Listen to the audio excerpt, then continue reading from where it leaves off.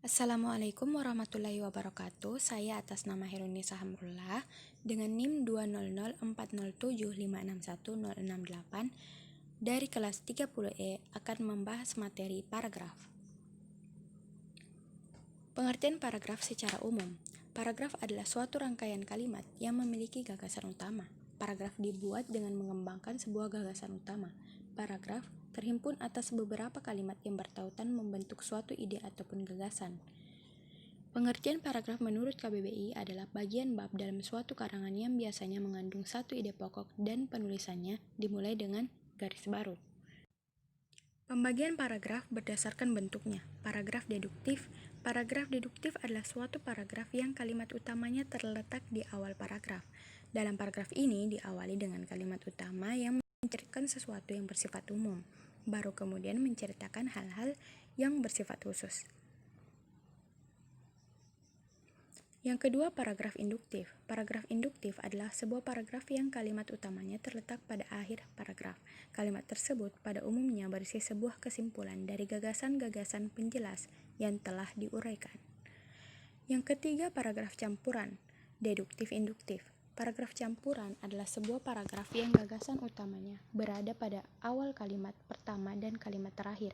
Tetapi bisa juga dikatakan bahwa paragraf campuran adalah sebuah paragraf yang dimulai dengan mengemukakan kalimat utama dan diakhiri pula dengan kalimat utama.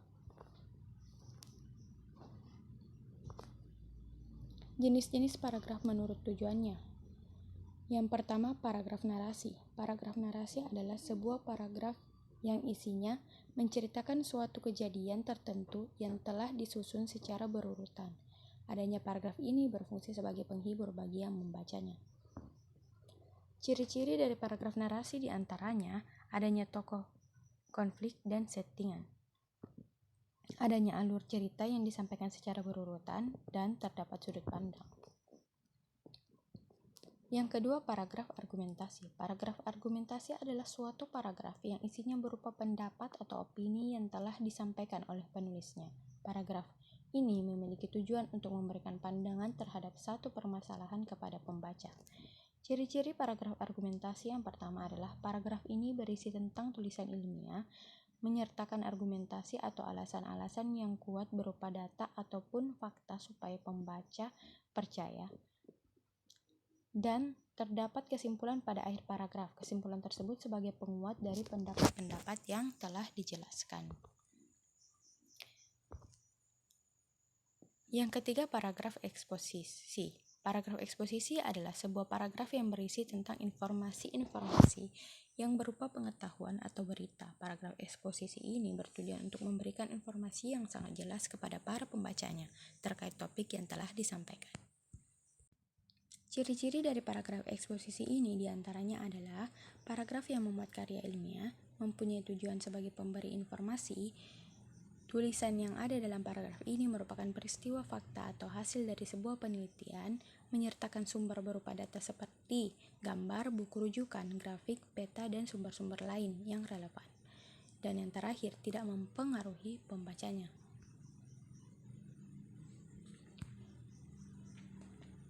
Selanjutnya, paragraf deskripsi. Paragraf deskripsi adalah sebuah paragraf yang berisi tentang gambaran-gambaran suatu benda atau objek. Paragraf deskripsi ini memiliki tujuan untuk memberikan gambaran secara jelas tentang suatu benda atau objek, seakan-akan pembacanya telah merasakan seperti melihat sendiri objek tersebut.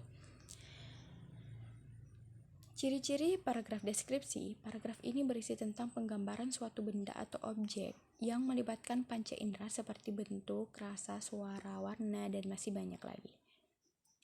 Menggambarkan objek yang sangat jelas dan banyak ditemukan kata-kata sifat seperti tinggi, rendah, kecil, besar, dan lain sebagainya. Selanjutnya, paragraf persuasi. Paragraf persuasi adalah paragraf yang berisi tentang ajakan atau himbauan yang telah ditujukan kepada para pembacanya. Paragraf ini memiliki tujuan sebagai pengaruh bagi pembacanya supaya mempercayai atau terpengaruh dengan apa yang telah disampaikan dari penulis di suatu tulisannya. Ciri-ciri paragraf persuasi: yang pertama, menggunakan bahasa yang menarik untuk mempengaruhi pembaca. Yang kedua, menggunakan kata-kata ajakan. Yang ketiga, memiliki fakta-fakta yang mendukung supaya pembaca terpengaruh dengan apa yang telah disampaikan. Kesatuan kalimat dalam paragraf. Yang pertama, kesatuan alinea. Yang dimaksud dengan kesatuan ialah bahwa alinea tersebut harus memperhatikan dengan jelas suatu maksud atau sebuah tema tertentu untuk memberi gambaran yang jelas tentang kesatuan yang terkandung dalam sebuah alinea. Maka, mencoba perhatikan kutipan berikut.